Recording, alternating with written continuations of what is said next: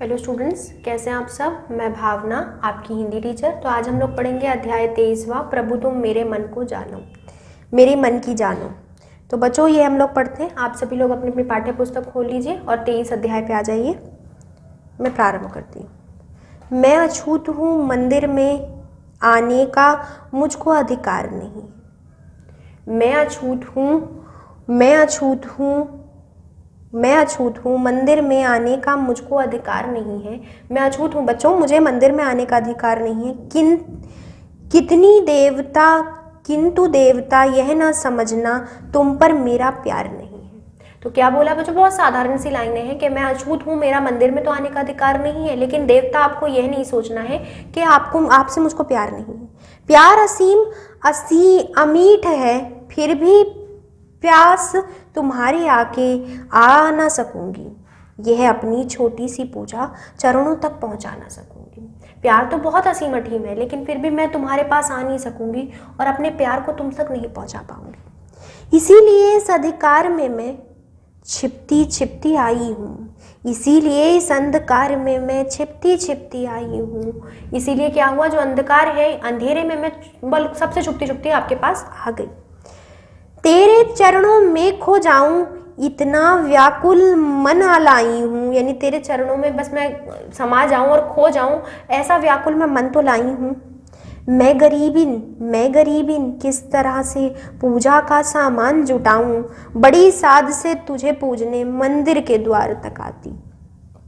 क्या बच्चों, मैं गरीब हूँ, कैसे पूजा का सामान जुटाऊंगी, पर फिर भी मैं बड़ी साधती हुई तेरे द्वार तक तो आ गई। कह देता है किंतु पुजारी, यह तेरा भगवान नहीं है। दूर कहीं मंदिर अछूत का, और दूर भगवान नहीं कहीं है। और मैं जैसी आती हूँ, मुझे पुजारी कह देता है कि ये तेरे भगवान नहीं है, कहीं दूर मंदिर है, वहां पर तेरे भगवान है, यह तेरा द्वार नहीं है। मैं सुनती हूँ, जल उठाती है, जल उठती है, जल उठती है मन में यह विरोधी ज्वाला। यह कठोरता ईश्वर को भी जिसने टुक टुक कर डाला। क्या बच्चों, कि जब मैं लोटा उठाती हूँ जल का, मेरे मन में एक ज्वाला सी उठ जाती है और मेरे भीतर ये आती है कि ये ईश्वर को भी कैसे, ये कैसी कठोरता है कि ईश्वर को भी टुकड़ों में बांट दिया कि मेरा भगवान नहीं है। यह निर्मम समाज का बंधन और अधिक अब सह न सकूंगी। मैं ये निर्मम जो बंधन है संसार का, ये मैं अब सह नहीं सकूंगी।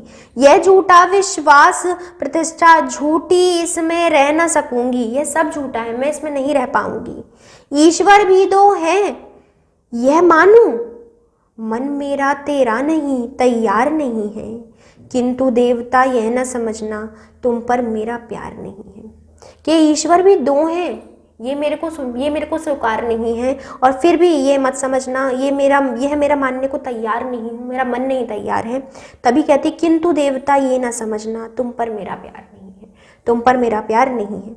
तुम कह दो तुमको उनकी इन बातों पर विश्वास नहीं है। तुम ही कह दो कि तुमको भी अपनी इन बातों पर विश्वास नहीं है।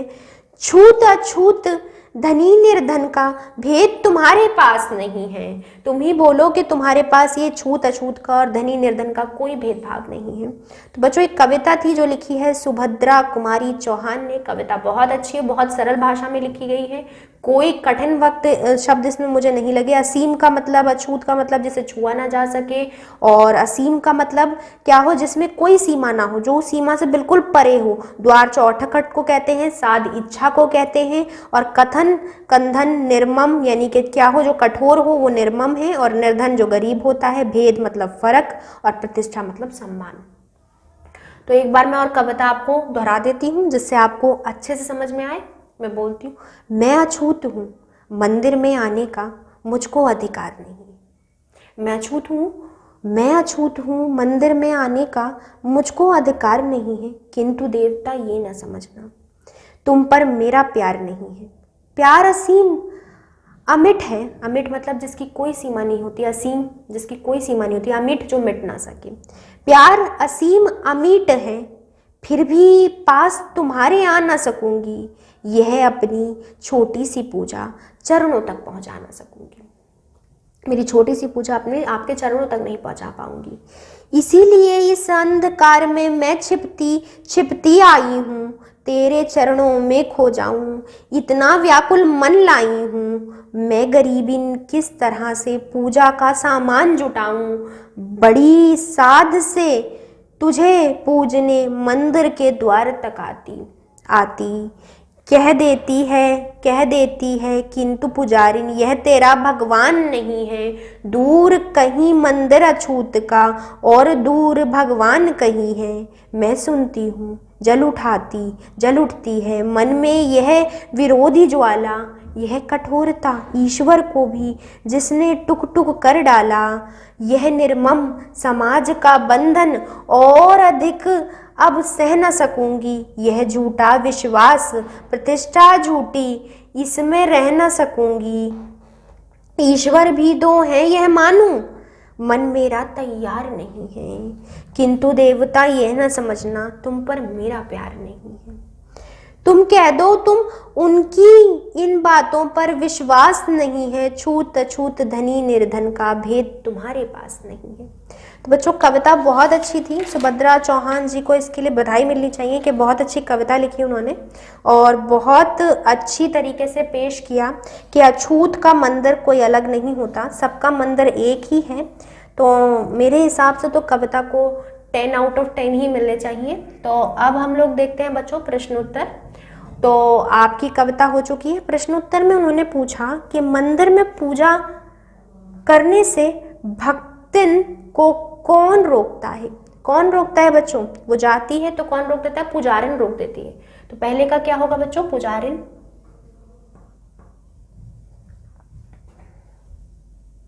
पहले का क्या होगा बच्चों? पुजारी। दूसरे का देखते हैं। दूसरा क्या है? भक्तिन समाज के कौन से बंधनों की बात कर रही है? निर्मम समाज, यानी क्या बच्चों? कठोर समाज, जिसका कोई मर्म नहीं है, जिसका कोई वो नहीं है। तो क्या है? भक्तिन समाज के कौन से की जगह क्या लिखेंगे? आप लिखेंगे निर्मम समाज के कौन सी की जगह? निर्मम।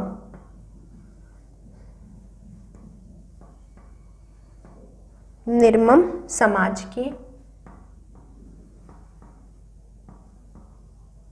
निर्मम समाज के बंधनों की बात कर रही है। तो ये आपके प्रश्न में दिया हुआ है, कौन से की जगह लिख लेना? निर्मम समाज के। फिर देखते हैं बच्चों तीसरा। तीसरा क्या दिया हुआ है?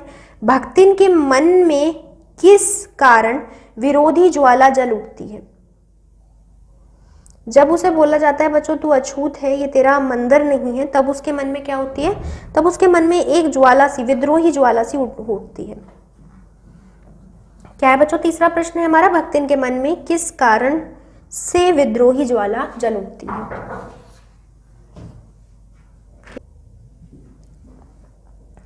तीसरा दिया हुआ था, भक्तिन के मन में किस कारण से विद्रोही ज्वाला जल उठी थी? तो लिखिए बच्चों।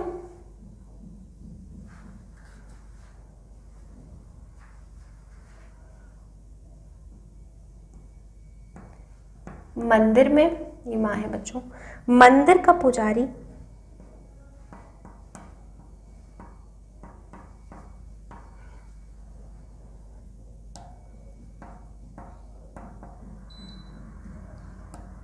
भक्तिन को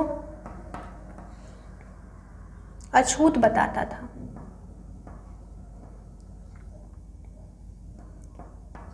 अछूता बताता था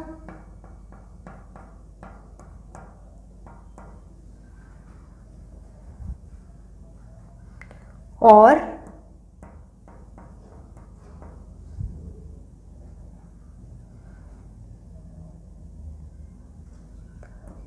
कहता था कि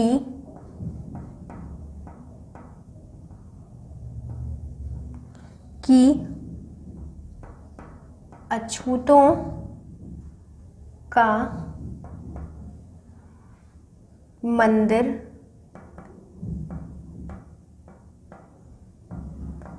कहीं दूर है, इसीलिए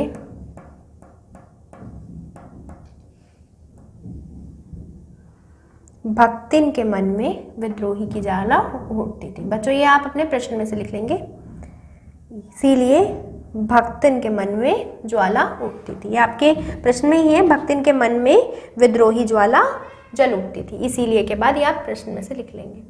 और फिर पूर्ण विराम। क्यों उठती थी? क्योंकि मंदिर का पुजारी भक्तन को अछूता बताता था और कहता था कि अछूतों का मंदिर कहीं दूर है, इसीलिए भक्तन के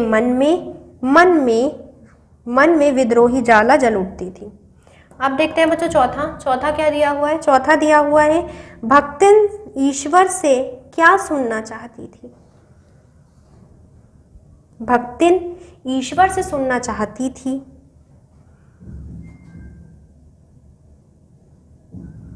यदि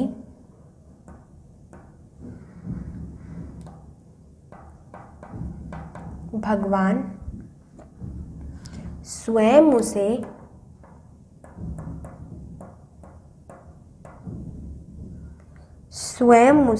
बोल दें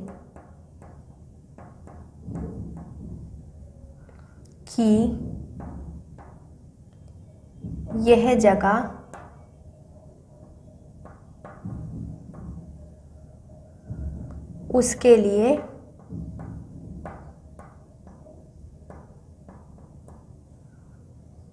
उसके लिए नहीं है तो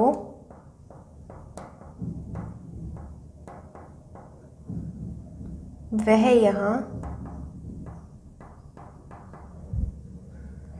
कभी नहीं आएगी।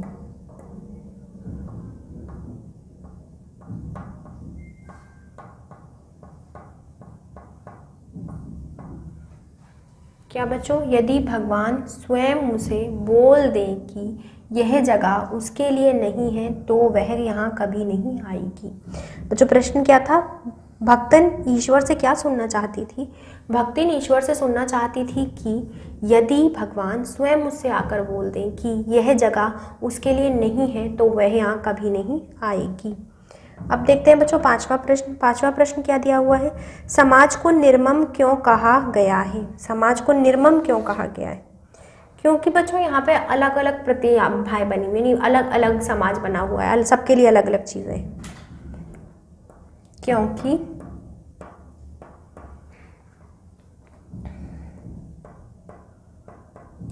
समाज में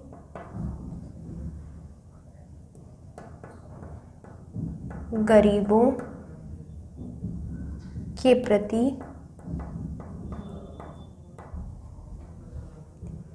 कोई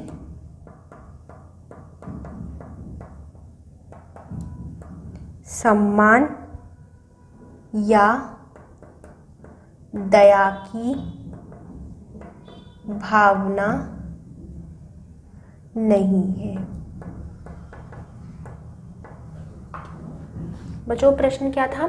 समाज को निर्मम क्यों कहा गया है? समाज को निर्मम कहा गया है क्योंकि समाज में गरीबों के प्रति कोई सम्मान या दया की भावना नहीं है, तो इसलिए इसे निर्मम कहा गया है। तो यह हो गया बच्चों हमारा इसका उत्तर। तो अब देखते हैं बच्चों हमारी कविता में से हमें कुछ पंक्तियां छांटनी है और उत्तर लिखना है। तो देखते हैं पहला क्या दिया हुआ है।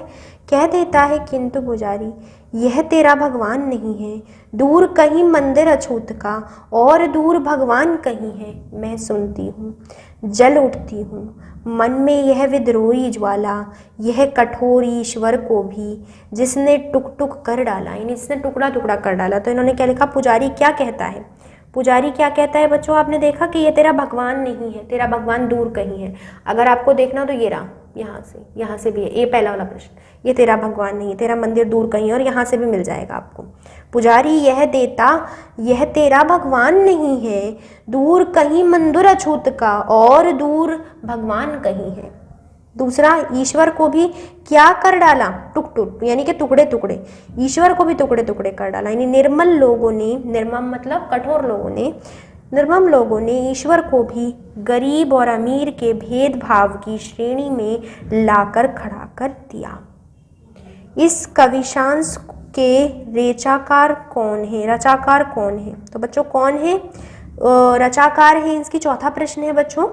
रचनाकार हम लोगों ने देखा था कौन थी बच्चों? सुभद्रा सुभद्रा कुमारी चौहान।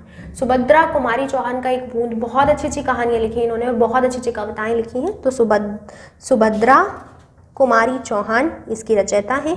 टुक टुक का शब्द का अर्थ क्या है? टुकड़ा टुकड़ा। और अगर आपको जानना है कैसे लिखा जाता है सुभद्रा कुमारी चौहान, तो पेज नंबर बच्चों 107 पर आपको लाल से पेन में नीचे लिखा हुआ दिखाया हुआ है, तो वही है सुभद्रा चौहान। अब देखते हैं बच्चों आपको गा भाग जिसमें सही गलत दिया हुआ है, तो देखते हैं।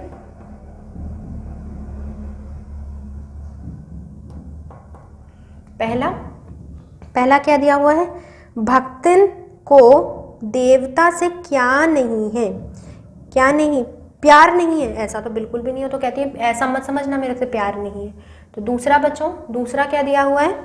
दूसरा दिया हुआ है भक्तन पूजा करते समय करने सुबह सवेरे आई है। हाँ, छुप छुपा कर आती थी वो, सुबह सवेरे आ जाती थी। लेकिन तीसरा बच्चों, तीसरा क्या दिया हुआ है?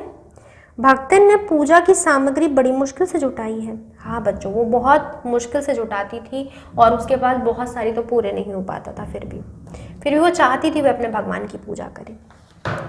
चौथा बच्चों, भक्तन पर समाज का कोई बंधन नहीं है। बहुत बंधन है, उसे भगवान से मिलने भी नहीं दिया जाता। पर मेरा मानना तो यह है कि मन के जीते जीत है, मन के हारे हार। जब ईश्वर तुम्हारे मन के अंदर है तो बाहर पूजा करने की जरूरत नहीं है, मन में ही ढूंढो। कबीरदास जी का एक दोहा भी था, ईश्वर दो है भक्तन इस बात को मानने को तैयार नहीं है। हाँ, यह भी सही है, वो मानने को तैयार ही नहीं कि ईश्वर दो है, ईश्वर तो एक ही होता है। तो पहले का गलत बच्चों, दूसरे का सही, तीसरे का सही, चौथे का गलत और पांचवे का सही। तो ये बच्चों हमारे शब्द अर्थ हो गए। अब देखते हैं बच्चों विलोम शब्द। विलोम शब्द में क्या दिया हुआ है आपको? छूत बच्चों, छूत को क्या हो जाएगा? अछूत।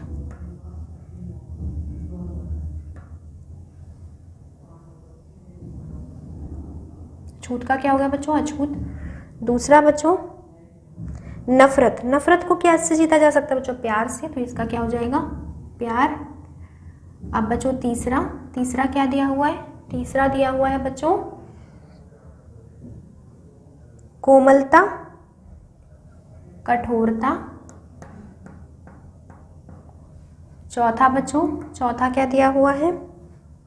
प्रकाश। प्रकाश मतलब क्या हो गया? अंधकार।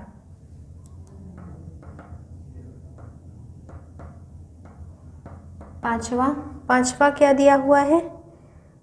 दूर। दूर, कोई दूर है तो उसका क्या हो जाएगा बच्चों? पास हो जाएगा। छठा क्या दिया हुआ है? धनी। धनी निर्धन।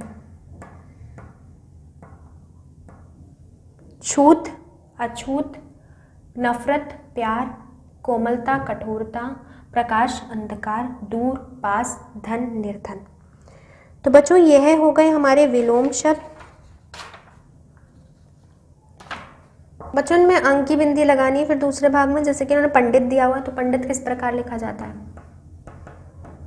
ऐसे, तो पंडित हो गया, अंक की बिंदी नहीं लगा रखी। दूसरा दे रखा है बच्चों पंखा, तो पखा लिख रखा है लेकिन होता क्या है? पंखा। तो इसमें बच्चों अंक की बिंदी आएगी। फिर बच्चों तीसरा दे रखा रग, रग नहीं होता, रंग होता है।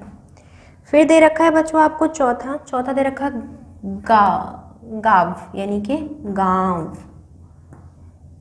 फिर दे रखा है बच्चों आपको पांचवा, पांचवा क्या दे रखा है? दवाइयाँ। तो दवाइयाँ किस प्रकार लिखा जाता है? दवाइयाँ, यहाँ पे ऐसी वाली मात्रा चढ़ती है, दवाइयाँ।